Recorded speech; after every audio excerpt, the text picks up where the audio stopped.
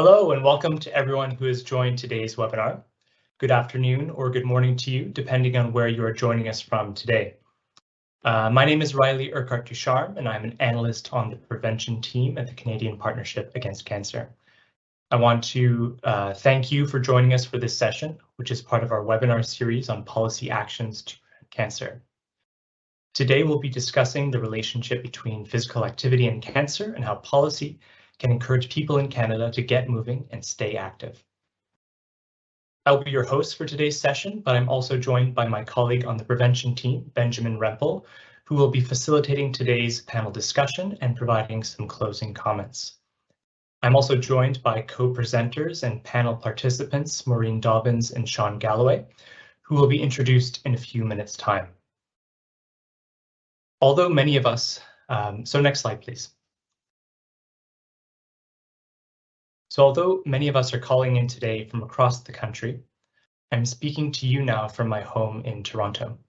And the picture on this slide is of me attempting to use a stand-up paddle last summer near the Toronto Islands. And Toronto has been my home since I moved here in 2018, and I'm grateful to work and live on this traditional territory of many nations, including the Mississaugas of the Credit, the Anishinaabe, the Chippewa, the Haudenosaunee, and the Wendat peoples. Today, Toronto is still home to many First Nations, Inuit, and Métis. Next slide, please. So before we dig into the content for today's session, I have a few housekeeping announcements. So you may turn on subtitles for this webinar in English or French by selecting the settings button on the bottom of your screen. All attendees will be muted throughout the duration of the webinar. That said, please do write any questions you may have through the Q&A feature, which can be accessed by clicking the question mark button on the bottom of your screen. Sorry, I think it's actually on the top of your screen. We may not have time to get all of the questions that come in, but we will get to some during the facilitated discussion period. Please note that we are also recording this webinar, and following the webinar, a recording and the presentation slides will be shared with attendees. Next slide. So for today's session, I will provide some brief comments to set the stage before handing the microphone over to our two presenters. At the end of the presentations, we'll have time for facilitated discussion to answer some of the questions submitted by you, the participants. Next slide, please. To begin, a little bit about the Canadian Partnership Against Cancer. So the partnership is a federally funded pan-Canadian health organization that works alongside provinces and territories and other partners to promote equitable access to quality cancer care and cancer prevention initiatives.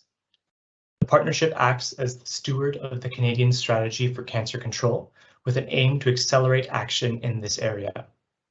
Our efforts are focused on the long-term objectives of reducing the incidence of cancer, reducing the likelihood of dying from cancer, and improving the quality of life of those affected by cancer. Priority 1 of the strategy, which is decreasing the risk of people getting cancer, is where the prevention team and the focus of this webinar lives. Please feel free to review the partnership's website to learn more about the role of the partnership in preventing cancer in Canada. Next slide, please. So this infographic from the Canadian Cancer Society's COMPARE study situates the importance of physical activity in the prevention of cancers in Canada. In terms of which modifiable risk factors for cancer have the biggest impact on cancer risk, physical inactivity is second only to commercial tobacco use. Excess weight, which is highly interlinked with physical inactivity, is the next most impactful risk factor for cancer in Canada. Next slide, please. So much of what I'm going to be presenting today and what our other speakers will speak to is captured within the partnership's recently released web resource on physical activity and cancer in Canada. This digital report features key context and statistics, a review of policies across Canada, along with commentary on the influence of COVID-19 on physical activity. It also includes information from a recently released rapid review on effective policy and program initiatives to increase physical activity, which Maureen Dobbins will speak to later in more depth. Again, please feel free to browse through this resource on the partnership's website at your own pace to inform your work and learn more. At this time, I also wish to acknowledge the many people involved in the research, writing, reviewing, and publication of this resource. Next slide, please.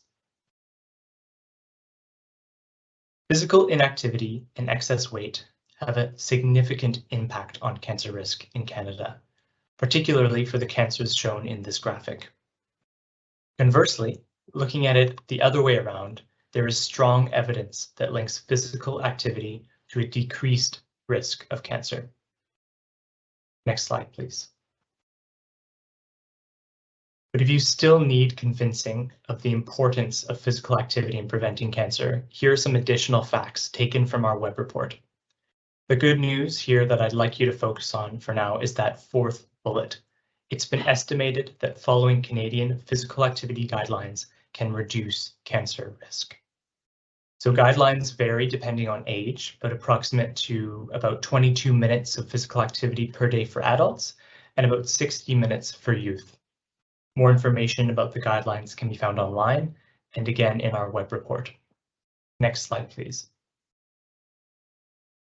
In terms of how to help more people in Canada meet physical activity guidelines, policy is an important mechanism that can be used due to its potential reach, scalability, and sustainability. In the partnership's review and analysis of physical activity policies, the International Society for Physical Activity and Health's, or ISPA's, resource on physical activity acted as a central guiding framework. It outlines 8 investments in physical activity, which are depicted on this slide on the right. Recognizing, though, that many of these domains are highly interlinked, the partnership focused on the 5 domains that are most influenced through government policy. And this includes active transport, urban design, sport and recreation, school environments, and public education. And so these comprise the 5 pillars of the policy review in our web resource. Next slide, please. In terms of the scope of the policy review, the partnership focused on active policies from every province and territory alongside 31 municipalities across Canada. And these municipalities include Canada's largest cities, plus additional municipalities, ensuring at least one city from each province or territory was included. Policies reviewed included legislation, regulations, mandated school curriculums, local bylaws, and community or municipal plans. And these policies were searched for and gathered from government websites and policy databases such as CanLII. Policies were then assessed for inclusion based on whether they directly impacted physical activity through one of the 5 chosen ISPA domains. Next slide, please. So some of the policies we found surprised us, while some were more expected. Physical activity policies varied greatly in scope and lens and spanned far beyond obvious or expected examples such as cycling or pedestrian plans. And this slide here highlights the breadth of physical activity policy, from income tax acts that provide a tax credit to school curriculums, to policies at the local level that dictate how the built environment is developed and managed, such as through official community plans, green space plans, or park improvement plans. Later on in this session, Sean Galloway will speak more to the importance of urban design and creating healthy and active populations. Next slide, please. Turning our attention to the COVID-19 pandemic, it's perhaps unsurprising that physical activity levels in children dropped significantly. And this trend was particularly strong among youth and children with limited access to parks and physical activity opportunities. Next slide, please. So the last couple of years has really heightened the already grave need for strong policy approaches to increase physical activity. And although we've seen some of these in the form of increased cycling networks and open street policies, these positive interventions have been overshadowed by the negative ones during the pandemic. So as we emerge from the pandemic, multiple levels of government now have an important opportunity to both support pandemic recovery and prevent future cancers by enacting policies that encourage movement. Again, I will invite you to explore the partnership's newly released web resource to learn more about physical activity policies that can help prevent cancer. Next slide. Thank you. So before we move to the next stage of the webinar, I want to introduce our speakers. So our first presenter, Dr. Maureen Dobbins, is the Scientific Director of the National Collaborating Center for Methods and Tools, which provides leadership and expertise to guide research evidence into policy and practice. Dr. Dobbins also serves as a professor in the School of Nursing at McMaster University and is Director of Health Evidence, a single source tool of high quality evidence for public health professionals. Her research efforts seek to understand knowledge translation among public health decision makers in Canada. Our second presenter, Sean Galloway, is the Director of Regional Planning and Electoral Area Services for Metro Vancouver. His work focuses on the integration of mobility, land use, and the built form to build healthier places, with recent projects including North Vancouver's Community Wellbeing Strategy and updating the Regional Growth Strategy for Metro Vancouver. He holds a Bachelor of Environmental Studies in Planning from the University of Waterloo and a Master's degree in Urban Development and Design from the University of New South Wales. He is a member of the Planning Institute of British Columbia and the Canadian Institute of Planners. So Maureen will kick us off with her presentation, and then it will be directly followed by Sean's. And then at the end of both presentations, my colleague Ben will take over the reins to facilitate the panel discussion. So thank you, and over to you, Maureen. Thank you so much, and welcome everyone. I'm really thrilled to have this opportunity to give you a very high level snapshot of the evidence that exists on the effectiveness or impact of policy interventions and programs to either increase physical activity or reduce sedentary time. And I'm really doing this presentation on behalf of the team and Dr. Sarah Neal Stramko, who was the lead on this project but is currently on maternity leave. Next slide, please. First, I'll just tell you a little bit about the National Collaborating Centers. There are 6 of us located across the country, if you're not familiar with us. We were all created from the first SARS that came to Canada in 2003, where it was determined following that epidemic that there were some challenges in public health in terms of being able to mobilize and use the best available evidence to inform decisions, public health decisions, particularly during a crisis. And so our 6 centers, which are geographically located from coast to coast to coast, all look at different areas and or populations from Indigenous health, environmental health, infectious diseases, healthy public policy, and the determinants of health. And then our center, which is looking at the methods and tools that can help support the use of evidence in decision making. So we're specifically for our center, we help to encourage and scale evidence-informed decision-making and provide high-quality resources to support training and practical mentorship in the how-to of putting evidence into action. Next slide, please. So just jumping into the review that we did, which is labeled a rapid review. Our primary question, as indicated earlier, is looking at the effect of policy and program initiatives to increase physical activity and or reduce sedentary time for cancer prevention. We also had 2 additional questions. We were interested in seeing what the evidence says about the cost effectiveness or cost savings associated with these interventions. And also we're looking to see if there were differential impacts of interventions on diverse populations, including First Nations, Inuit, Métis, LGBTQ to ST, youth versus adult, sex or gender, rural versus urban, socioeconomic status, new Canadians, and other important populations. Next slide, please. Just really briefly about our search strategy, and as was indicated, the more fulsome report is available on our website with an additional link to our complete search strategy if you're interested in seeing exactly what we did. But we searched 8 databases that are listed here.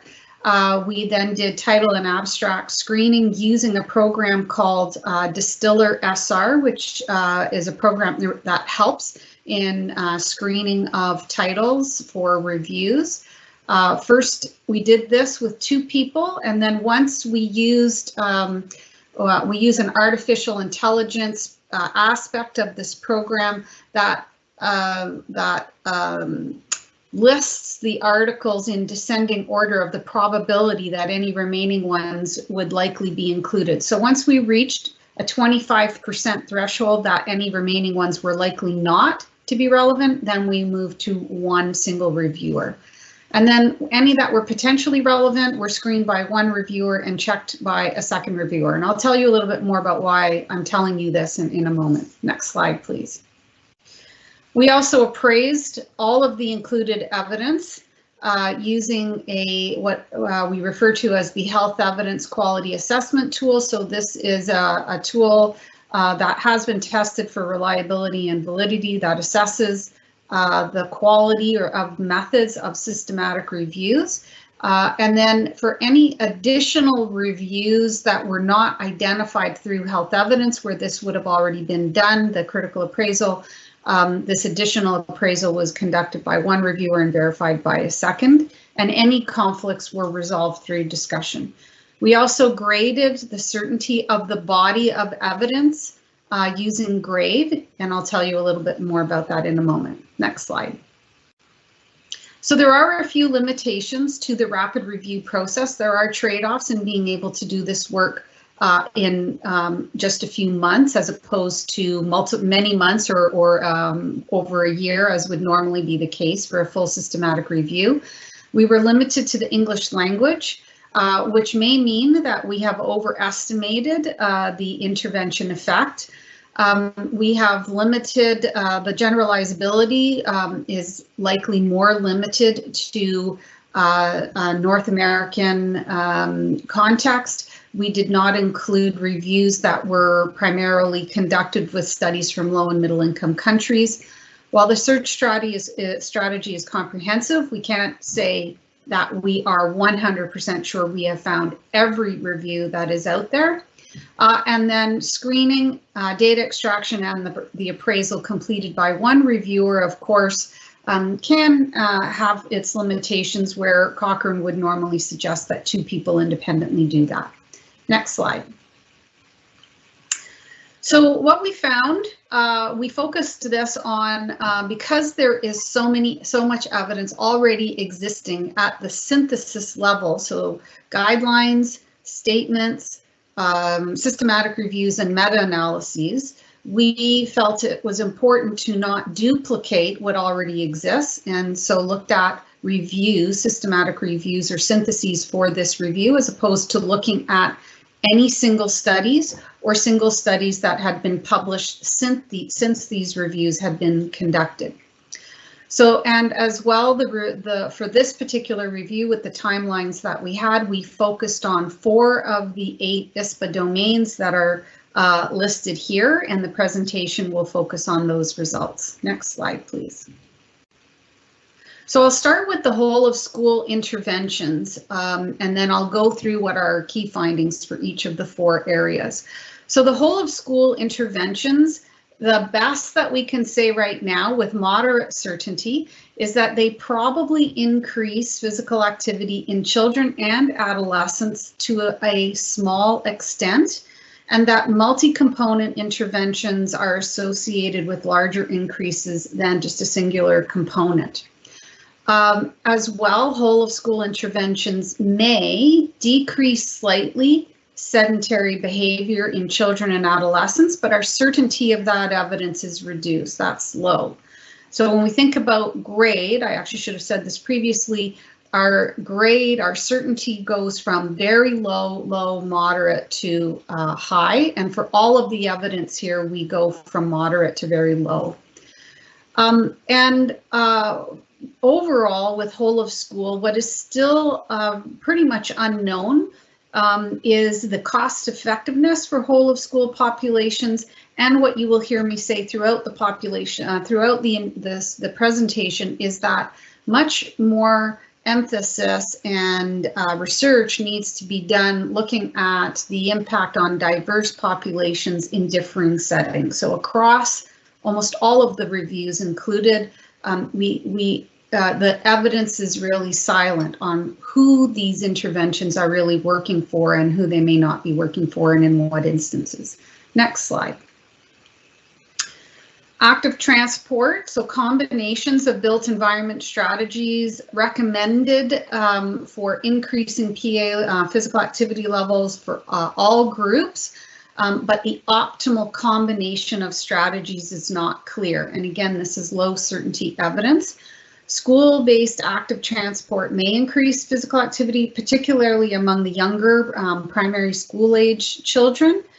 And walking and cycling infrastructure interventions implemented without concurrent built environment strategies may have little to no impact on physical activity. But please note here, we're saying that the evidence, the certainty of the evidence is very low. Next slide, please. With active transport, in addition, we also looked at enhanced public transport, transit infrastructure may increase physical activity. Its impact on sedentary behavior is unknown, and again here the cost effectiveness and impact on diverse populations is unknown at this time. Next slide, please.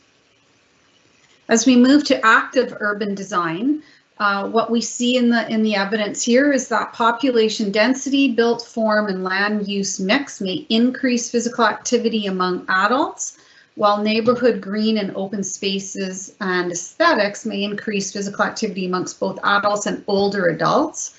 Road and street design, access to facilities and amenities, the walkability index increases physical activity across all age groups, and this is a moderate certainty evidence. And again, there's limited evidence assessing the impact of these interventions on sedentary behavior.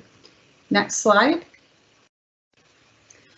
And again, limited evidence on the cost effectiveness and the impact on diverse populations. Next slide.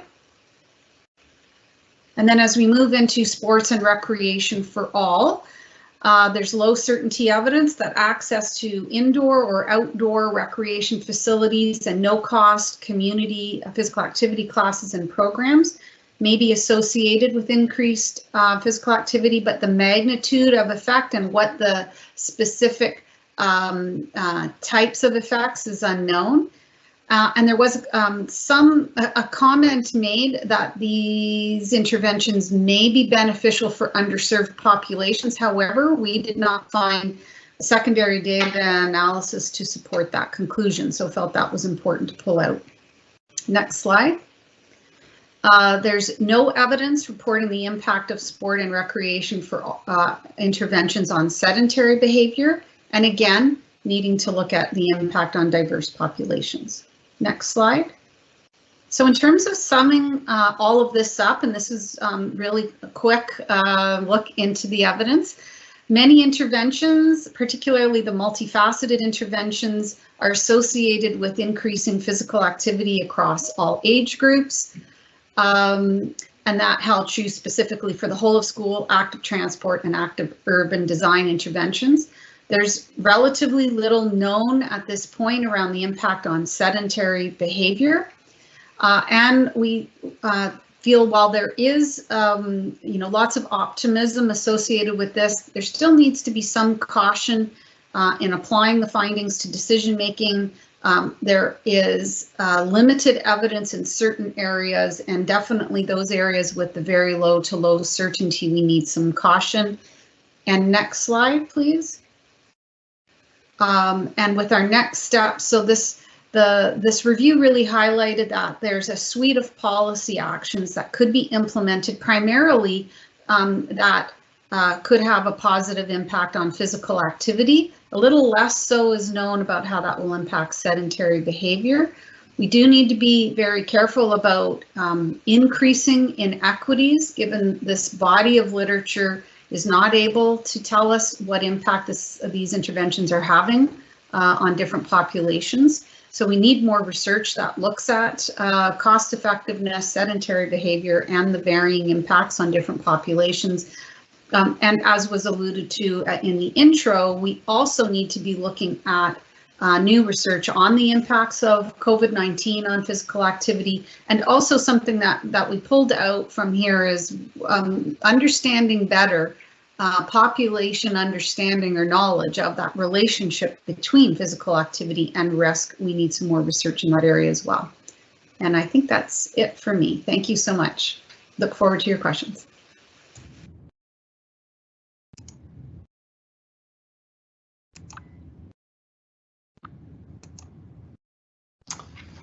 Thank you, Marie. Sorry, I was having a little trouble getting the mute button off.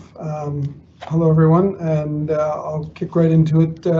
So the cities for people, and I think some of the big pieces building off the presentation you just saw around the notion of how we deliver space.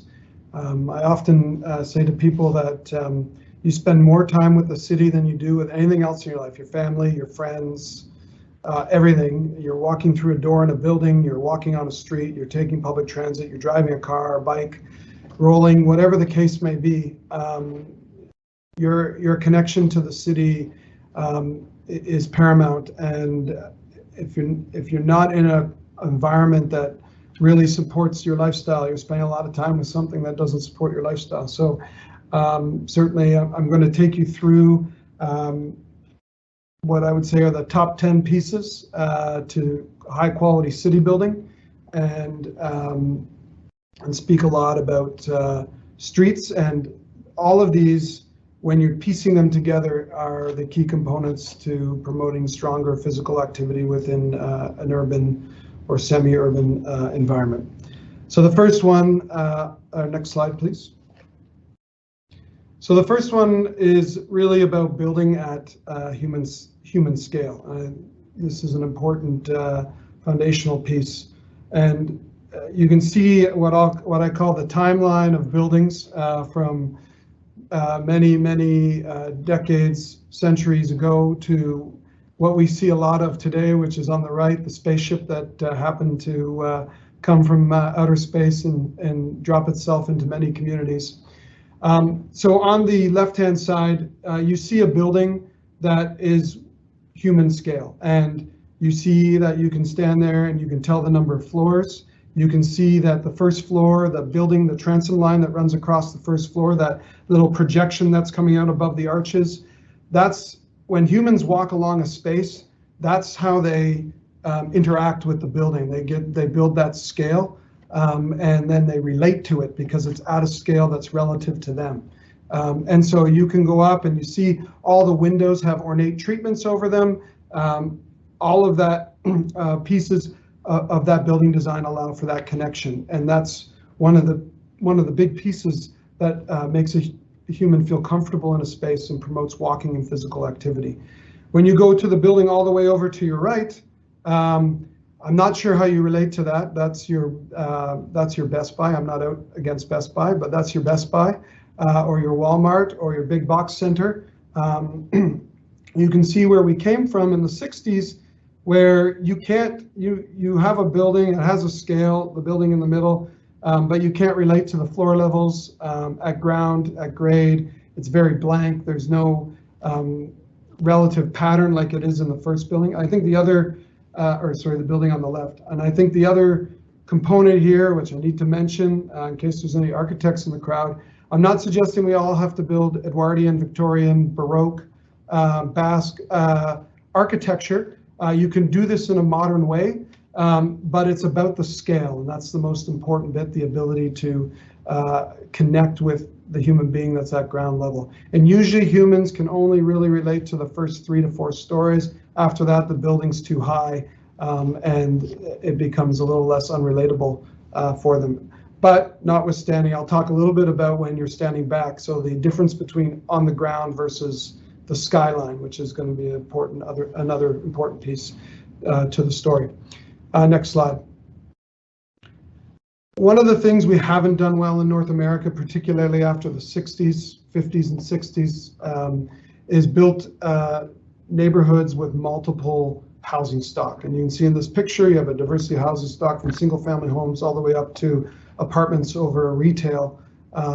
And so this allows for the ability to stay in the same neighborhood throughout your life cycle. As you have different components in your life cycle, you can choose the right urban form to suit what you need to live in. And again, this promotes the physical activity side and the mental health side, because you're able to maintain your social capital over your life cycle because you're staying in the same neighborhood. You continue to connect with the people in your neighborhood. You value your neighborhood more because you've been there for 40, 50 years, rather than you go into the neighborhood, you start in a townhouse, you decide to have family, then you have to move to another neighborhood to get the single family house if that's what you desire, or a bigger space to support your growing family. And then eventually the kids move out and you're cheering, but now you have this big house or dwelling, and you don't need it all, and then you have to move back to another neighborhood that has that type of housing stock. And so you're losing those social connections over time, and in time you revert back and internalize in your space more rather than spending time out in the urban environment, connecting with people, being active, and both socially, physically, and mentally. Next slide. Another important piece to every neighborhood is mixed use. This is an example in Vancouver with the Save on Foods Home Depot with residential units on top. Mixed use is a real driving force around promoting activity. I mean, I live in North Vancouver. I walk to get my groceries or restaurants, walk to take my kids to the community center. All of those pieces where I don't need to actually have an automobile to meet my daily needs. And so that allows me to get out into the community and meet my neighbors a little bit more and connect with people as I go about my daily business, or going to also pick up the bus to go to a wider field across the region. And so mixed use is a key component to this because you need the shops and retail. I won't get into it today, but you'll hear lots of terms like the modal split. So this, and that is how many people choose not to take a single occupancy vehicle versus active transportation. In areas where there are mixed densities, mixed use, you often find a modal split in the 60% to 40% range, 60% using transit, walking, active transportation, versus private automobile. As you get further out into suburban areas where there is not this mixed use and single family, the split often gets to somewhere between 95 to 99% single occupancy vehicle and 1 to 5% non-single occupancy vehicle use. Those are generalized numbers, of course. Each would be specific to the particular cities that you'd be looking into. Next slide. I also want to point out, though, this is a mixed-use building, but it's done horribly wrong, and I'm sure you can all tell why. Beautiful waterfront view, yet the ground plane is a giant brick blank wall, not inviting to walk against, certainly not at a human scale, but yes, it's mixed use. So it's not just about doing mixed use, it's about doing mixed use right, and providing those multiple densities and creating that connection at ground plane to the walking environment, biking environment, rolling environment that's out there. And remembering that every public transit use starts and ends with a bike or a walk or a roll. So it's not just about getting people onto public transit, it's making sure that the choice to get from the front door to the transit stop is inviting, is attractive, if we're going to encourage people to use active transportation to meet their daily needs within the city. Next slide. So the next principle is around preserving our urban centers. And this is a bit about both preserving these centers, because oftentimes we've seen where some of the centers get bulldozed over and housing gets put back in, but we don't get the commercial function back. A little bit of this is about preserving older heritage urban forms. And you can see the mix here, Chicago on the right, Melbourne, Australia on the left. And both of these buildings have been preserved. They can be focal points, they can be landmarks. And in doing this, by preserving these landmarks, building this integrated fashion, you're preserving the fabric of the neighborhood, and people connect with that. I'm going to talk about character in a sec. And this is really about preserving that sense of place that's been developed over time, and that allows people to connect mentally with those places, which promotes them to get out and use the place more by having those long-term connections. You can see how that neighborhood, that center has grown over time, and people have emotional connections to history and how that place, and if they've been in that neighborhood a long time and they want to continue to invest in it, those emotional connections really build that ability to get out and support the neighborhood. You can see the picture on the right from Chicago. You can see those buildings over time, from the glass building built in the mid 90s to some of those high rises built in the 50s and 60s and even earlier. And of course the big red building, which was built in the 70s. Important to see those pieces over time, but you can see how the buildings actually have related to one another through their design, even though the materiality is different. But you can see the human scale component, the smaller windows, the ornamentation over the windows, and the floors being delineated and being able to allow humans to connect with them. As a side note, the building on the left was a former building used by the Australian Defence Force to make bullets. So they used to take the burning lead up to the top, and then they would drop the burning lead down the tower, and by the time it hit the bottom, it would form into a bullet shape.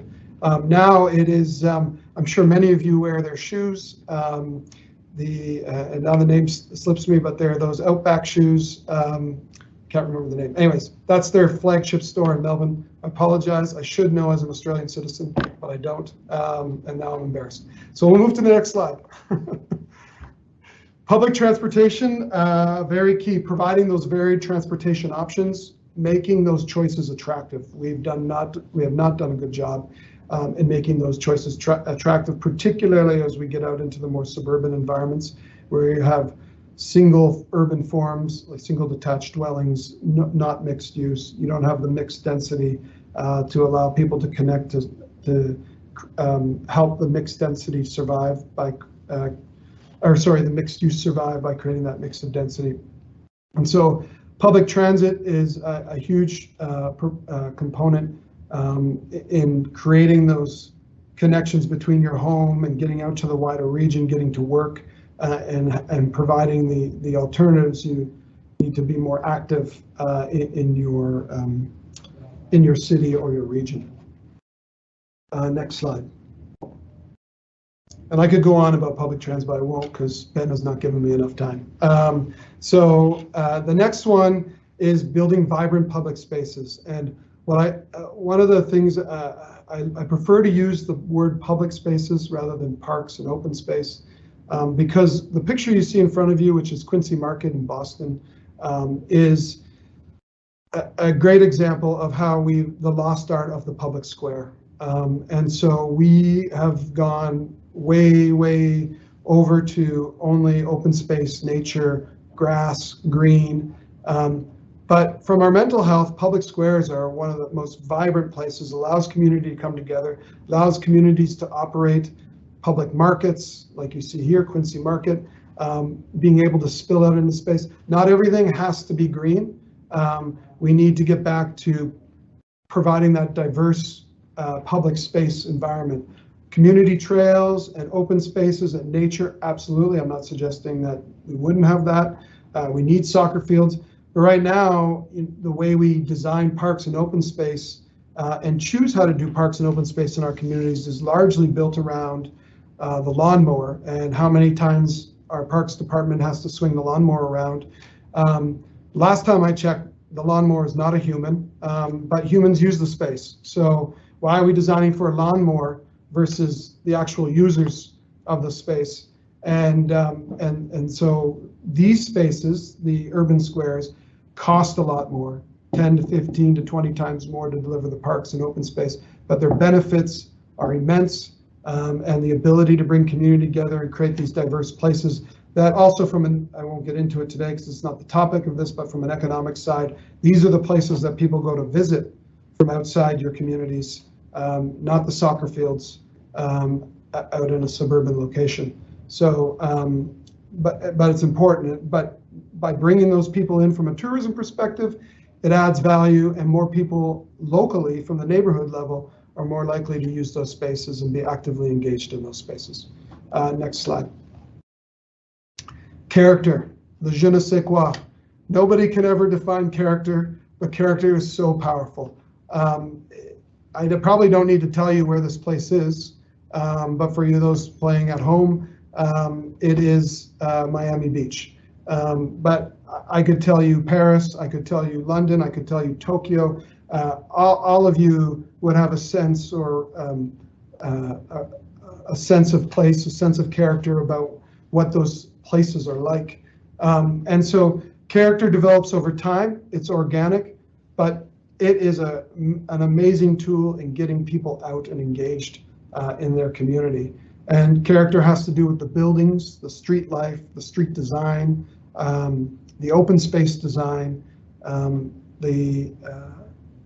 how you blend all of those pieces together, the types of uses, the mix of density, all these things that I'm going through, they develop character over time, and characterism is a driving force in getting people out and engaged in their community, and is very important, and that connection at a human scale. So all of these pieces that I'm bringing together, these 10 pieces, I know I haven't been counting, I apologize, but I think we're at number 7. But all of these pieces bring together strong, vibrant communities that promote healthy lifestyles.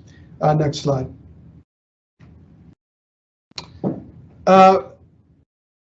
One of the things that we have, so this is number 8, and this is about protecting environmental resources. And we're in this unique period where we've kind of transitioned, and protecting environmental resources means blocking humanity off from them and putting them in a lockdown state, which in some respects, in some contexts, certainly important, but allowing people to connect with them to understand the value of that resource is also important. And so you can see here, this is in Pittsburgh, the Allegheny River, building that urban connection at the edge of the river, allowing people to connect with nature and get out in their community and have the patio right next to the river that allows that sense of vibrancy that this community has it going on. I want to be a part of it, even if I'm walking along the river for a casual stroll. I can see people, I feel safer because there's people out on that patio. So the notion of natural surveillance builds that sense of comfort, and that's an important piece to getting people using these spaces just beyond the core daylight hours, and being comfortable walking their dog because they know there's people on that patio and they'll be safe in a safe and comfortable environment, even when the sun is down. Next slide. Preserving landscapes. So I talked earlier, a lot of this has been site kind of focused, but this is a step back, and this is also important because it's all about messaging and branding about your community and your neighborhood. So this is on the top of Mount Wellington in Hobart, Tasmania, and you can see here back in the 60s, 50s or 60s, Hobart made a decision not to develop up the side of the mountain, and they conserved this natural environment. And I think it's a very telling story in terms of promoting that sense of balance between urban and nature. And so by building that boundary, they were able to confine the urban environment, which also promoted because land wasn't infinite, promoted a more urban context in terms of mixed density, mixed use, diversity of housing stock, more stronger urban street design. So if you can go to the next slide, this is a shot from downtown. And you can see if that whole hillside was developed with houses up, what a different impact that would make in the story of Hobart and trying to portray that notion of balance and of nature and urban, and that message that they're trying to send, that nature is important, and that environment where there's many trails up the side of that mountain now, so people use that to do physical activity in their more recreational times in their. So it's a very important piece in telling that story. The last slide is go to the next slide. The last one, number 10, is design matters. So we've done human scale, provide choices on housing, encourage mixed-use development, preserve urban centers, vary transportation options, build vibrant public spaces, create a neighborhood identity or character, protect environmental resources, and conserve landscapes. And the last one being design matters. I can't stress this enough. This is Kitchener, Ontario. This used to be a shopping mall, for those of you who may be from the Kitchener area. This used to be a 1960s shopping mall, a Kmart, which was huge at the time. Just heard actually there's only 3 Kmarts left in North America. And they've transitioned this into a much more urban environment. And the street environment is, as part of this design equation and this active transportation, active urban design, the street environment is the most paramount of all of these. The way we design it is impactful. And why I say that is the former director of planning for the city of San Francisco once said, the design of the street environment directly impacts 1/3 of the design of the private environment, so the buildings, and has an indirect impact on the remaining 2/3. So essentially that means if you design a giant 4-lane street with very tiny sidewalks, no street trees, you're going to get big box stores, you're going to get shopping malls, you're going to get non-urban, non-inviting to walk in environments with parking lots out front. You design a stronger, and in fact, this is even a 4-lane street to show you as a case in point, 4-lane street with on-street parking, street tree bump outs, sidewalks, bringing the built form up to the street, and you can get a much more inviting, making that choice to not be in your car much more attractive and engaged. And of course, you have mixed use occurring here in this environment. So I know I have more slides, but I've been rambling on, so I'm going to stop and leave you with that. So you can skip the remaining slides because I've.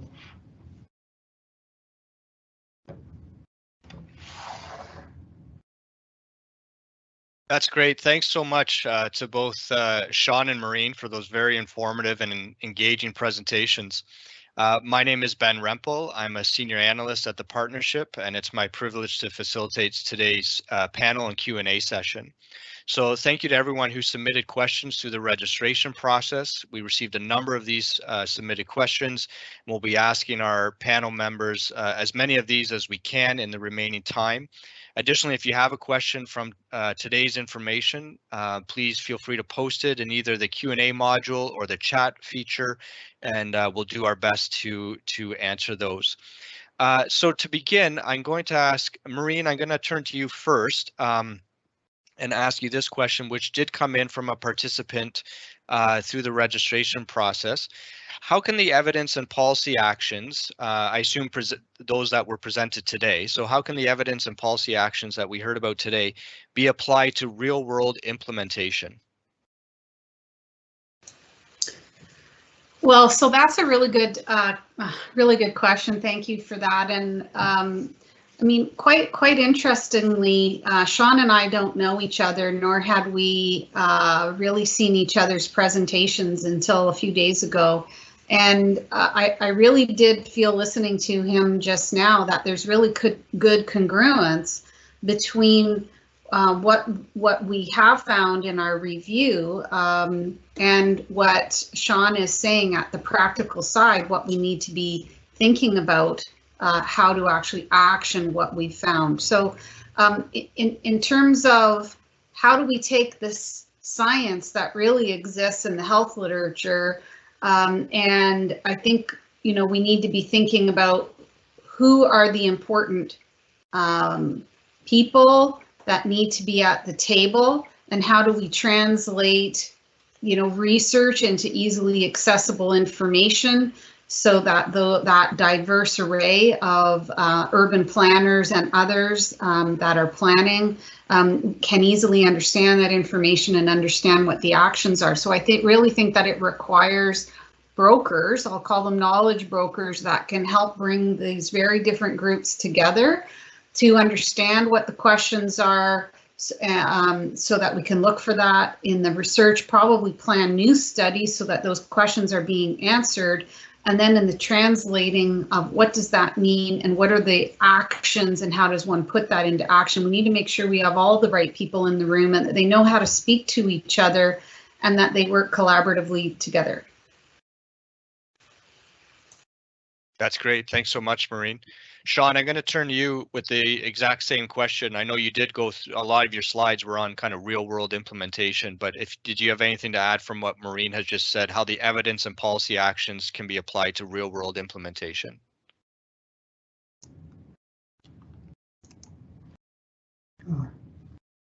Someone? Yeah, we can hear you. Oh, you can hear me? Yeah. Oh, okay, sorry, my thing says I'm muted. Thanks. Real quick, I think the real world piece, building on what Maureen said, is taking that evidence, because from the health side, there's a lot of evidence. But I always joke, your urban planners are only as good as the politicians you elect. So politicians are making decisions. They're very important in this piece. So there's two facets on the municipal side that everyone needs to be aware of. There's the decision makers, the politicians, but there's the policy creators, which is the staff. And so the policy creators will take stuff up to the politicians and work with councils. And so it's really important to get this evidence when your community is doing an official community plan review or official plan review, whatever it's called in your particular province, to get involved, get that evidence there to help work with the planners to get the right policies in those documents, because those are the implementation tools that are used to inform the private development, which, remember, the private developers are the delivery mechanism for 90% of this. And so you need to influence that group, the politicians, the municipal planners, the developers, and arguably the banks, because they're the ones funding this from behind the scenes and opening up their eyes on things like mixed use and mixed development are important, because those are complex projects. And one thing I've learned is bankers don't like complexity. And so funding those projects become harder. So those are some of the key groups that need to be influenced with the data to help understand why we're going in this direction. Okay, great. Thanks very much. Great points, both of you. Maureen, I'll turn back to you. You did mention in your presentation a bit around next steps with the research, and so this is in tune with that. This question comes from a participant. Where would you like to see research in this area focus next around physical activity and cancer? What are the knowledge gaps that need to be addressed? Thanks, that is a great question. And you know, this doesn't only apply to physical activity and cancer, but actually much of what we're looking at with public health. It's the populations that aren't being either included or being reported on specifically in the primary research, so the single studies that are being done. I'm concerned that even though, you know, the evidence has shown that there are positive gains to be made with various policy initiatives and increasing physical activity, we don't really know if we might actually be increasing inequities by enacting those, because we don't have enough information yet to say this is equally effective for all populations. And so now is the time. COVID has definitely shed light on this, that we can no longer ignore that every study that we fund in Canada should ensure that it is adequately designed and powered to know what impact we're having on a diverse diverse populations, and to ensure that we are not implementing policies and programs that actually increase inequities rather than reduce. So I would say that's the #1 issue and gap that we need to be thinking about, not only here, but in all health research. Great, thanks so much. You mentioned emerging from COVID-19. The next question is exactly on that. Sean, I'm going to turn to you for this. Emerging from COVID-19, what are initial steps a city or municipality should take in making environments more physically active friendly? Well, I think one of the interesting pieces is that it hasn't really changed what we need to do. It's still about city building. And so it's really about all those principles I went through, which all existed and have existed since eternity. But I think one of the interesting things that we can focus on, and I think COVID-19 has accelerated the pace of change on this topic, is street design. And so in many municipalities, the closing of streets to extend patios out into the street environment, or slowing streets down so that people could bike, walk, and roll in a safer environment to support getting out of the house during COVID-19, I think has been extraordinary, and many of the cities are starting to put in place those in a more permanent fashion, which is a great step. So I think that's one of the big outcomes of COVID-19 is accelerate the pace of change on street design and parks. I mean, I know in Metro Vancouver we've seen a 600% increase in park usage, regional park usage, since the start of COVID. So particularly in the suburban areas where we're developing new communities, there is some increased pressure on getting park design, getting parks better integrated in those communities, new communities, which is always tough because the trees are all new and the environment's not super inviting. So those are the two big things I would say. Okay, great. Thanks very much. Maureen, I'm going to turn the same question over to you. I know some of your slides mentioned, emerging from COVID-19. From the research perspective, can you comment on kind of initial steps municipalities should be taking in making environments more physically active, inviting, or friendly? Well, maybe a slightly different take might be how to reverse some of the ways of living that have emerged is going to be really important in terms of enticing those youth that have spent a lot more time in front of screens, and children who actually have become more used to not being outside. How to make those things inviting and friendly again, so that those are seen as things that children want to do to get back out there. So I think we need to be thinking a lot about, how to, as Sean was saying, make those areas enticing.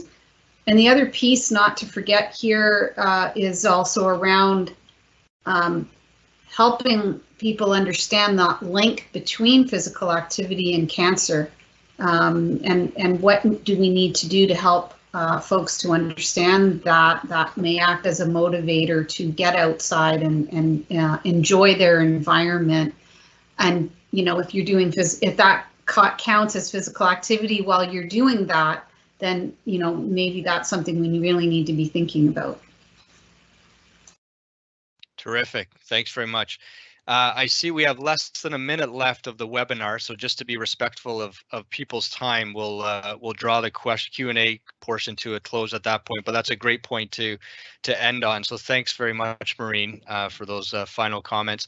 And also thanks to Sean, both Sean and Maureen, for their preparing their presentations and also participating in the Q&A section, and for sharing their expertise in this area. And we also want to thank all the participants for your engagement. Great questions that were sent ahead of time to us on this broad, complex, but very important topic. So thank you very much for attending, and take care and have a good day.